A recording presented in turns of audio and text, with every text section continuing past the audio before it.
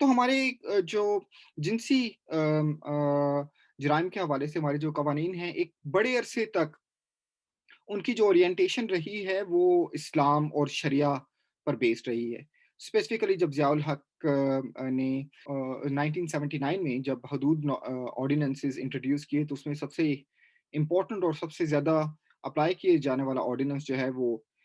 زنا آرڈیننس تھا۔ تو اس لیے ہم چاہیں گے کہ ہم ایک شریعہ کا پرسپیکٹو بھی اس پورے ڈسکشن میں شامل کریں، اور اس کے لیے ہم بہت ہی زیادہ شکر گزار ہیں مفتی ماہر جمیل صاحب کا، جو کہ ہمیں جوائن کریں گے۔ تو مفتی صاحب آپ پلیز اپنی ویڈیو آن کیجئے اور ہمیں اس کے بارے میں اسلامک لا کا پرسپیکٹو جو ہے وہ بتائیے۔ Thank you very much, over to you مفتی صاحب۔ جی، السلام علیکم ورحمۃ اللہ وبرکاتہ۔ جی، بسم اللہ الرحمن الرحیم۔ نحمدہ ونصلی علی رسولہ الکریم۔ جی زبیر صاحب، آپ کا بہت شکریہ کہ آپ نے مجھے اپنے خیالات کا موقع دیا۔ ہمارا جو آج کا موضوع ہے، اس موضوع اور ریپ کے خاتمے پر، اس میں ان چیزوں پر تقریباً سب کا اتفاق ہے، چاہے وہ مذہب ہو، چاہے وہ میڈیکل سائنس ہو، چاہے وہ قانون کی تشریح کرنے والے ہو، چاہے قانون نافذ کرنے والے ادارے ہو، اس پر سب متفق ہے کہ کسی بھی جنسی جرم کی حوصلہ افزائی نہیں کی جا سکتی، اور کسی بھی کیس میں متاثرہ فریق پر الزام عائد نہیں کیا جا سکتا، بلکہ اس پر مذہب سمیت سب اس بات پر متفق ہے کہ جو بھی متاثرہ فریق ہو اس کی داد رسی کرنی چاہیے اور اس کی ہمدردی کرنی چاہیے، اور جو بھی مجرم ہے، ریپسٹ ہے، اس کو سزا دینی چاہیے۔ البتہ اس بات پر بات کی جا سکتی ہے کہ ان جرائم کی وجوہات کیا ہے اور اس کا تدارک کیسے ہو سکتا ہے، اس پر بات کی جا سکتی ہے، اور اسی لیے ہماری جو آج کی ڈسکشن ہے وہ اس پر ہے۔ اس سے پہلے میں نے اس حوالے سے پڑھا ہے، جو میری نالج ہے، ریپ اور سیکچول ہراسمنٹ، ان دو چیزوں میں ہمیں فرق کرنا ہوگا، تبھی ہم جو وجوہات ہے اور جس میں جو بھی ہمارے ہاں ڈسکشن ہے سوشل میڈیا پر، کچھ کی رائے کچھ ہے اور کچھ کی رائے اس سے مختلف ہے، تو ہم جب ان دونوں کو الگ الگ دیکھیں گے تو میرے خیال میں پھر ہمیں سمجھنا آسان ہوگا۔ جہاں تک ریپ کا معاملہ ہے، ریپ کے کیسز میں یہ ہوتا ہے، عموماً جو 90% کیسز ہوتے ہیں اس میں یہ ہوتا ہے کہ جو بندہ ریپ کر رہا ہے یا ریپ کرنا چاہ رہا ہے، اس کو پہلے سے پتہ ہوتا ہے، وہ پہلے سے اس وکٹم کو جانتا ہے۔ ایک یہ اس میں ایک پہلو ہوتا ہے۔ دوسرا اس میں یہ ہوتا ہے کہ وہ اس کے اوپر اپنا جو ہے اس کو اختیار ہوتا ہے، اپنی پاور جو ہے اس کو شو کر سکتا ہے اس پر۔ اور تیسری بات اس میں یہ ہوتی ہے کہ یہ پری پلان ہوتا ہے، پری پلان۔ تو اگر ہم ان تین وجوہات کو دیکھیں تو اس میں متاثرہ فریق پر الزام تو دور کی بات ہے، اس کو ذمہ دار بھی نہیں ٹھہرایا جا سکتا۔ اس کی مثال بالکل آپ کہہ لیجئے ڈکیتی کی ہے۔ اگر کچھ چور جو ہے وہ کسی کے گھر پر رات کو جو ہے جا کر کوئی نقب زنی کرے اور کوئی ڈکیتی کرے، تو کوئی بھی بندہ اس جو متاثرہ فریق ہے، جو گھر والے ہیں، ان پر الزام عائد نہیں کرے گا کہ جی آپ نے جو ہے آپ کی غلطی ہے کہ آپ کے گھر سے اس قسم کی ڈکیتی ہوئی۔ جبکہ دوسری چیز ہے سیکچول ہراسمنٹ، جو کہ ریپ سے مختلف ہے، اور جس میں کسی کو ٹچ کرنا، اس پر آوازیں کسنا یا اس قسم کی مختلف چیزیں ہیں، اس کی مختلف شکلیں ہو سکتی ہیں۔ میری معلومات کے مطابق یہ پری پلان نہیں ہوتا، بلکہ پری پلان ہوتا ہے، اور یہ عموماً اجنبیوں کے ساتھ ہوتا ہے۔ اس میں جو ریپسٹ کہہ لیجئے یا جس نے یہ جو مجرم کہہ لیجئے، وہ گھر سے نکل کر یہ نہیں سوچتا کہ میں نے یہ جرم کرنا ہے، بلکہ اس کے ساتھ ایسے حالات ہو سکتے ہیں کہ وہ یہ غلطی کرتا۔ اس میں بھی ہم کبھی بھی اس صورت میں بھی جو وکٹم ہے اس پر بلیم کرنا ٹھیک نہیں، نہ مذہبی حوالے سے اور نہ ویسے قانون اور زمینی حقائق کی روشنی میں۔ البتہ اس کیس میں ذمہ-داری پر بات ہو سکتی ہے کہ کس کی کیا رسپانسبلٹی ہے، اور یہ جو رسپانسبلٹی بھی ہوتی ہے، یہ کوئی شرعی طور پر غلطی کے ثابت کرنے میں یا کیس کے ثابت کرنے میں یا قانونی طور پر اس سے کوئی عمل دخل نہیں ہوتا۔ یہ ویسے ایک اخلاقی بات ہوتی ہے کہ کیا وکٹم کی کوئی رسپانسبلٹی ہے؟ یہ ایک بات ہے جس پہ آگے چل کر میں عرض کروں گا۔ یہ تو چلیں ایک شروع میں نے عرض کر دیا کہ ان دونوں دونوں چیزوں میں فرق ہمارے ذہن میں ہو۔ اب ہم آتے ہیں جی مذہب کی طرف۔ مذہبی حوالے سے کیا ہماری تعلیمات ہے، اور اس حوالے سے اسلام نے ہمیں کیا حکم دیا ہے؟ پہلی بات تو یہ ہے کہ جو بھی ریپ کرے، چاہے وہ اپنے آپ کو ظاہری طور پر وہ ایک مذہبی نام نہاد مذہبی ہو، یا وہ اس کا تعلق جو ہے وہ ظاہری طور پر مذہبی نہ ہو، یا وہ مسلم ہو یا غیر مسلم ہو، وہ جرم ہے، بہر صورت جرم ہے، اور اس میں کوئی بھی ایسی جو ہے کوئی بندہ یہ عذر نہیں پیش کر سکتا کہ جی میرے اوپر شیطان آیا تھا۔ ان چیزوں کی کوئی بھی اسلام میں بھی کوئی حقیقت نہیں ہے۔ اور اب اس کی سزا کیا ہے اور اسلام میں مزید تعلیمات کیا ہے جی؟ تو اسلامی حوالے سے اسلامی قانون کے حوالے سے جو ریپ ہے وہ 2 جرموں کی سزا ہے، 2 جرموں پر مبنی ہے۔ اس میں ایک جرم ہے بدکاری۔ ظاہر سی بات ہے کہ اسلام میں چاہے کنسینٹ ہو یا ود آؤٹ کنسینٹ ہو، دونوں جرم ہے، ہم سب اس بات کو بخوبی جانتے ہیں۔ لیکن ریپ کے کیسز میں ایک دوسرا بڑا گناہ بھی ہے جس کو فساد فی الارض کہتے ہیں، زمین میں فساد پر مبنی ہے یہ۔ اور ان دونوں جرموں کی ظاہر سی بات ہے اسلام میں سزا ہے، بدکاری کی بھی سزا ہے، اور وہ اس میں جو حدود آرڈیننس ہے، جو آپ قانون کو جانتے ہیں، آپ بہتر جانتے ہیں کہ جو بھی حدود آرڈیننس میں جو سزا ہے، وہ جس طرح کنسنٹ کی صورت میں وہ سزا لاگو ہوتی ہے، اس طرح ود آؤٹ کنسنٹ میں بھی وہ سزا لاگو ہوگی۔ لیکن اس سے بڑی جو سزا ہے، جو اسلام نے فساد فی الارض کے لیے جس سزا کو تجویز کیا ہے، جو سورہ مائدہ کی آیت ہے، اس میں یہ سزا تجویز کی گئی ہے۔ اس میں تو پھانسی تک کی بھی بات ہے اور قتل تک کی بھی بات ہے، اور جس طرح پاکستان میں ریپ کے کیسز میں سزائے موت کا قانون ہے، یہ بالکل شریعت کے مطابق ہے، اور ظاہر سی بات ہے اس میں جو ہے وہ فساد فی الارض ہے، اور فساد فی الارض میں یہ اسلام نے سزا جو ہے وہ لاگو کی۔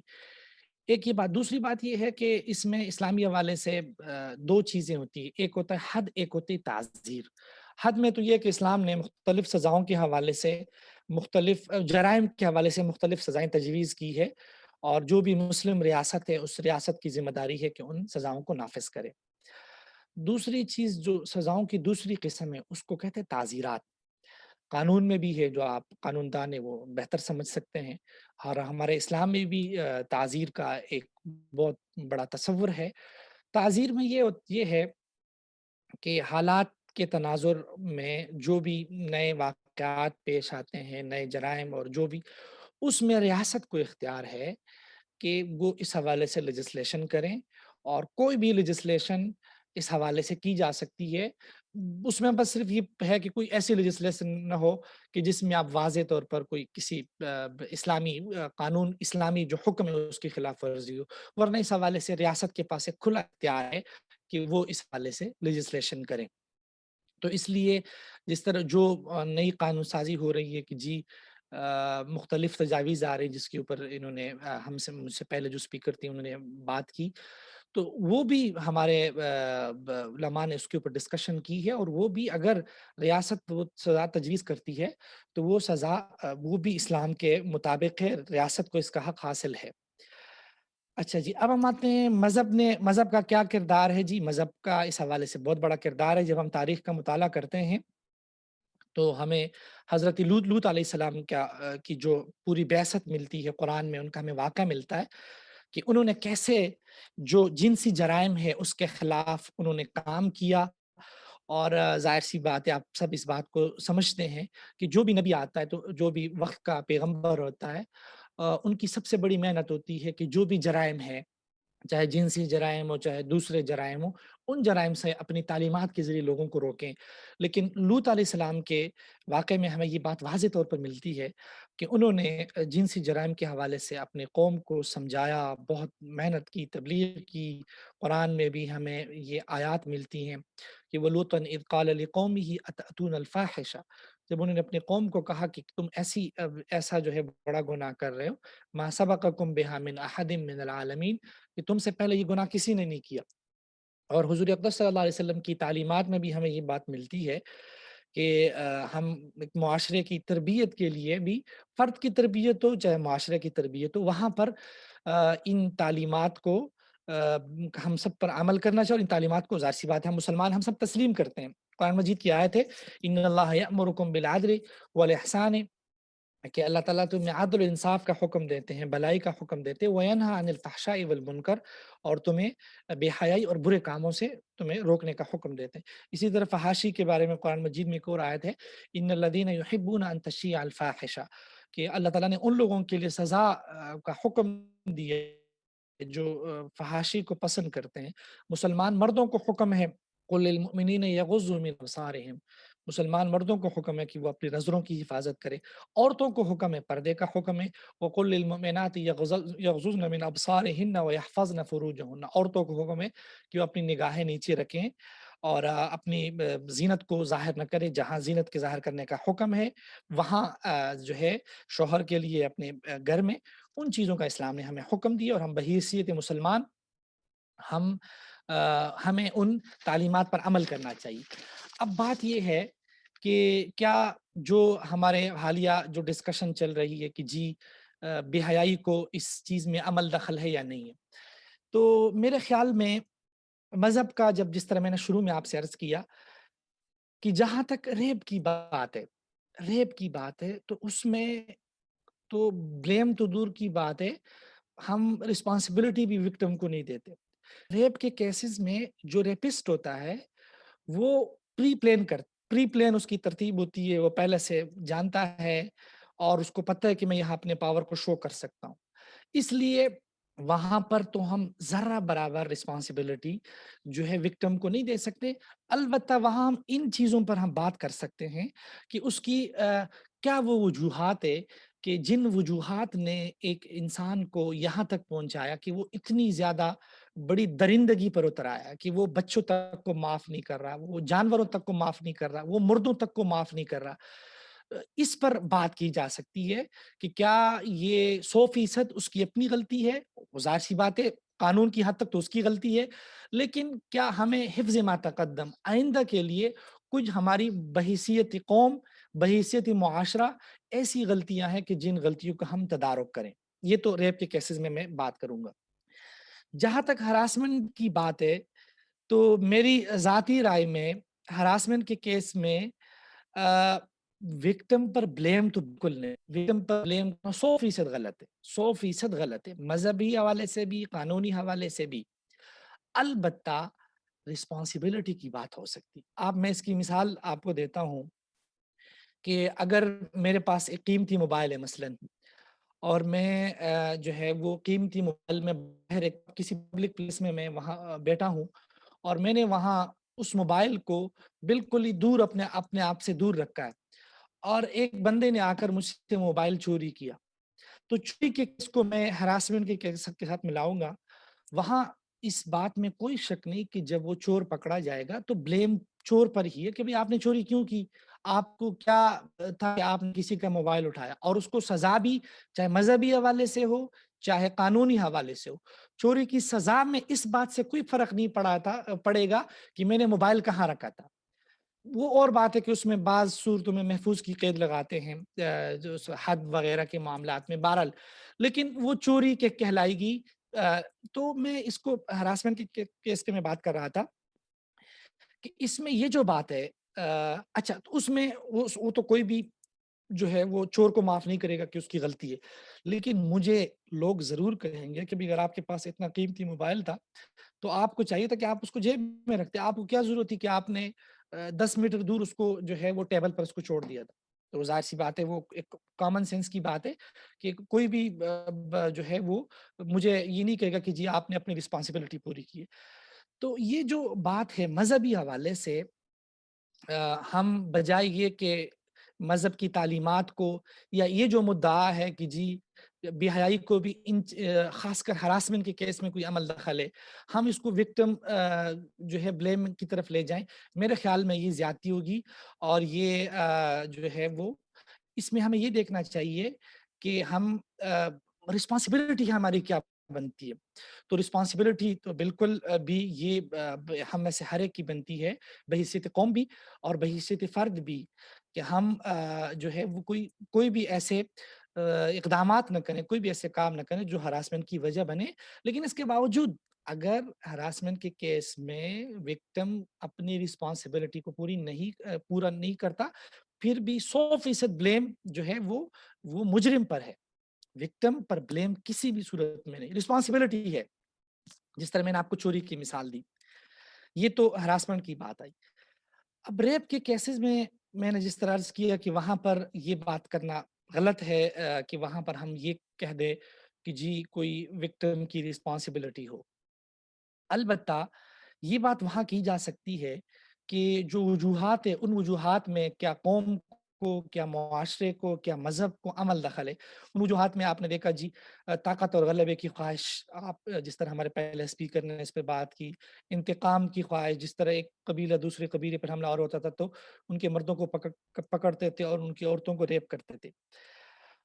یہ بالکل یہ وجوہات اپنی جگہ 100% ٹھیک ہے، اور ان وجوہات کے حوالے سے مذہب نے بھی ظلم کسی پر اور ان چیزوں کو منع کیا ہے۔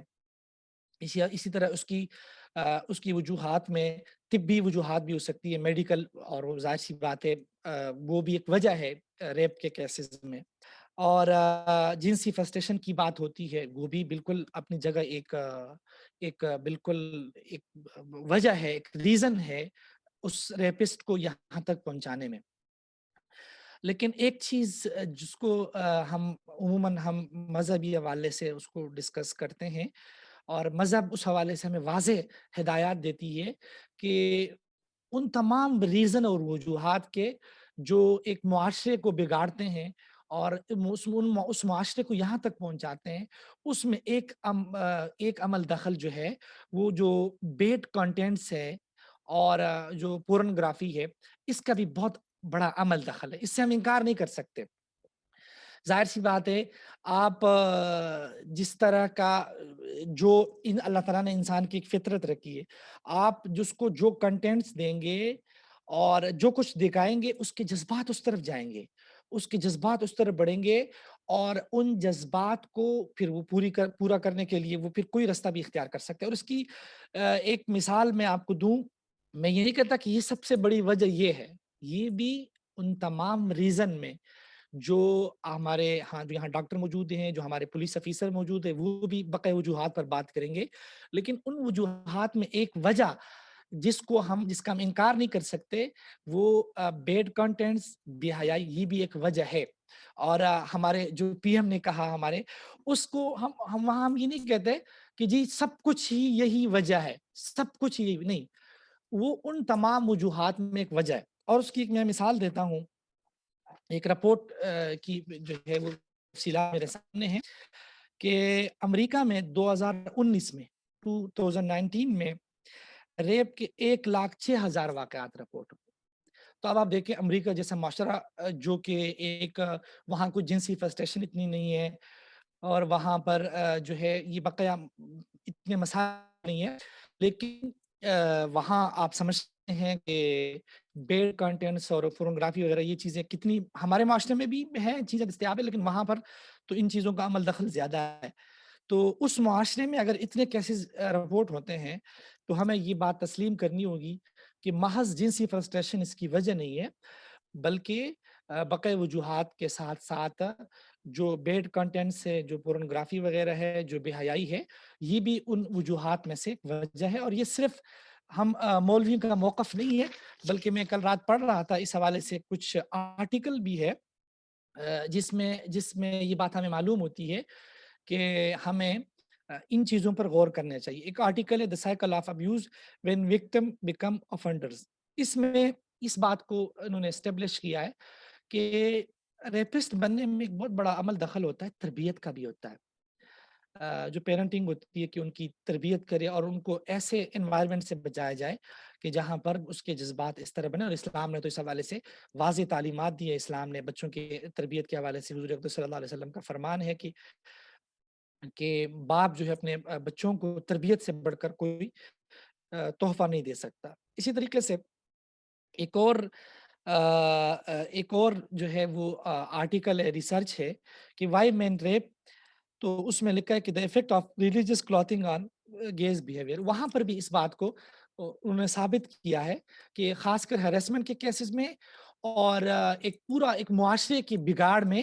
ان چیزوں کا بھی عمل دخل ہے۔ اسی طرح ایک اور ہے ڈریس اینڈ سیکس، ایک آرٹیکل ہے، تو اس میں بھی اس بات کو انہوں نے اسٹیبلش کیا ہے کہ ان چیزوں کا بھی عمل دخل ہے۔ میں اب سمری میری ساری بات کی یہ ہے کہ جو بھی جرم ہو، ریپ کا مذہب میں اس کی کوئی گنجائش نہیں ہے، اور مذہب کی مکمل ہمدردی وہ مجرم کے ساتھ ہے، جو وکٹم ہے اس پر کوئی الزام نہیں ہے۔ خاص کر ریپ کے کیسز میں، ہاں ہراسمنٹ کے کیسز میں وہاں پر رسپانسبلٹی کی بات ہو سکتی ہے، اور جو ریپ کی وجوہات ہے ان تمام وجوہات کے حوالے سے مذہب کی تعلیمات ہے، لیکن جو ایک وجہ ہے جو میں نے بتایا بیڈ کنٹینٹس اور بے حیائی، وہ بھی ایک وجہ ہے، اور وہاں پر مذہبی تعلیمات کو نظر انداز کرنا یا اس ریزن کو نظر انداز کرنا وہ بالکل بھی میرے خیال میں وہ قرین انصاف نہیں ہے۔ تو یہ تمام تر باتیں تھی اس میں، اگر ہم ان چیزوں کو کا خاتمہ چاہتے ہیں تو اس میں تربیت، اسمارٹ پیرنٹنگ، اور اسی طریقے سے گڈ کنٹینٹ اور مورل ٹریننگ، اسلامی تعلیمات، یہ ایک تربیت میں ہمیں ان چیزوں کی ضرورت ہوگی۔ اور اس کے علاوہ جہاں تک بات ہے قانون کی، وہ لیجسلیٹر کا کام ہے، وہ بالکل 100% اس میں بھی ہم مذہب کی طرف سے ایک ان کو اختیار ہے کہ جو بھی لیجسلیٹر ہے، پارلیمنٹ ہے، سینٹ ہے، کہ وہ اس حوالے سے قانون سازی کرے۔ اور جو ہماری پراسیکیوشن ہے ان کی بھی بہت بڑی ذمہ داری بنتی ہے کہ وہ پراسیکیوٹ کرے اچھے طریقے سے، اور واقعی جو مجرم ہے ان کو سزا دیں تاکہ معاشرے سے ان جیسے جرائم کا خاتمہ ہو۔ بہت شکریہ۔ بہت شکریہ ماہر جمیل صاحب، آئی تھنک آپ نے بہت ہی اچھے طریقے سے ہمیں ایک پرسپیکٹو پرووائڈ کیا، اور جو سب سے امپورٹنٹ پوائنٹ میں آپ کے ڈسکشن سے لیتا ہوں وہ یہ ہے کہ ہمارا مذہب وکٹم بلیمنگ الاؤ نہیں کرتا۔ تو اور چاہے جو کچھ مرضی ہم بات کریں کہ مذہب کی ڈفرینٹ انٹرپریٹیشن ہے، مختلف فقہا کے مختلف آراء ہیں، لیکن ایک چیز پر سب متفق ہیں کہ آپ، چاہے وہ سیکسفل ہراسمنٹ کا کیس ہو یا وہ ریپ کا کیس ہو، آپ وکٹم کو بلیم نہیں کر سکتے۔